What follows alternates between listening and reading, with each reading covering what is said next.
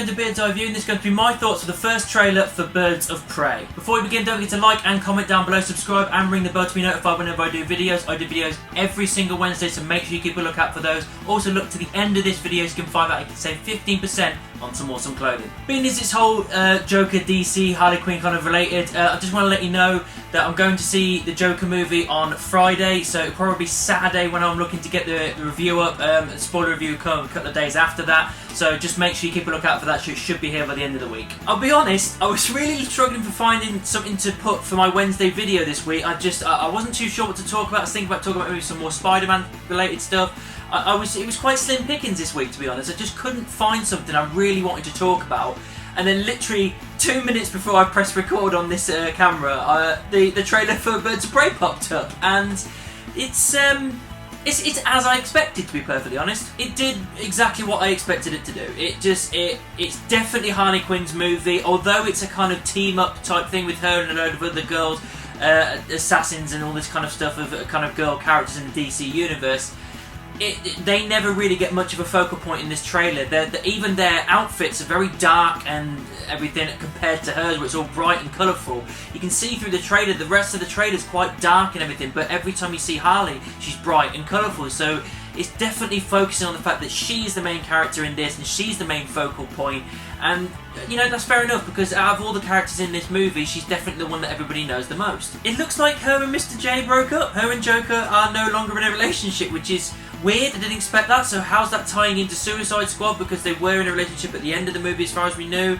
So I'm interested to see how that plays out, because she's obsessed with him and just dotes on him. And as she says in the trailer, the Harley Quinn is like the sidekick, and that's all she is. So she's breaking away from that, and it's just interesting to see her go out on this tangent without the Joker. So that's the kind of stuff I'm definitely intrigued by. Ewan McGregor, I knew that he was in this movie, and the strong rumours that he is playing Black Mask, which I'm all for, because that's a character I've always wanted to see on the big screen. Ewan McGregor is an incredible actor. Haven't seen him in this kind of a role. For me, I haven't seen everything he's done, but for this, I haven't seen this kind of a role where he's a dark kind of character, but you never see him with a Black Mask face on, so, the actual mask itself. So obviously they're kind of keeping it alluded that, we don't know who he's going to be, but he's going to be the main problem for Harley Quinn.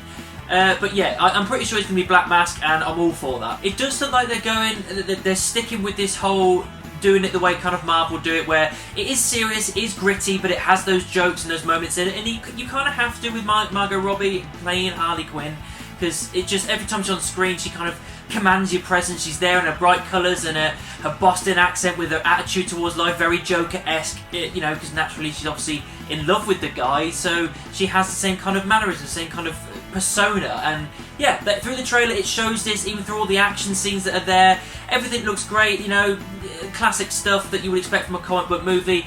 But this is obviously focusing on the girls, and I'm all for that. I think that would be real fun to see. The only thing I would say is, I want to make sure that these other characters are fleshed out a little bit. They're not just a means to an end.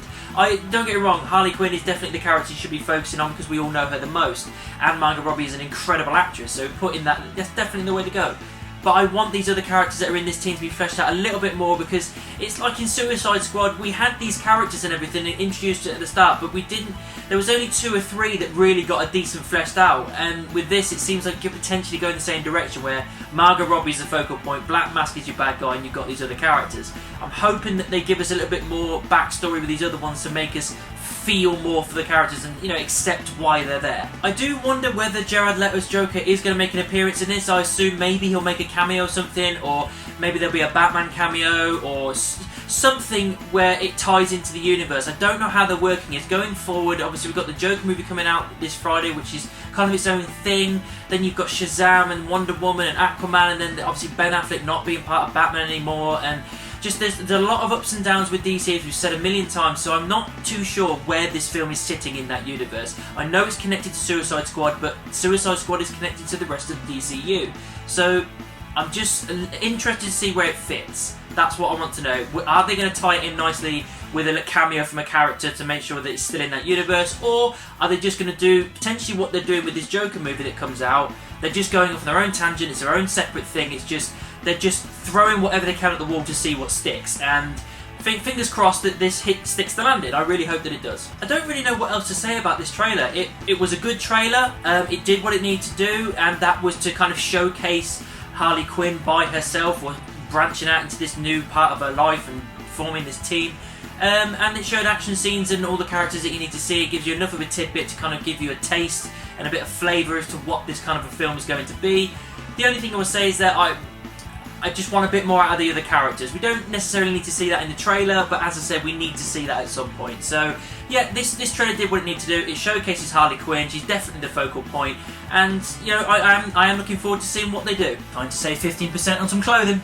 This video is sponsored by the Glory Collective. Apparel, accessories and prints. Use promo code GLORYBEARD15 to get 15% off all purchases. The Glory Collective, for the seekers. So that's my thoughts on the Birds of Prey trailer. What did you think about it? Let me know down in the comments. Make sure you subscribe and ring the bell. If you want to find me on social media, any of these, all links are in the description, and I'll see you soon.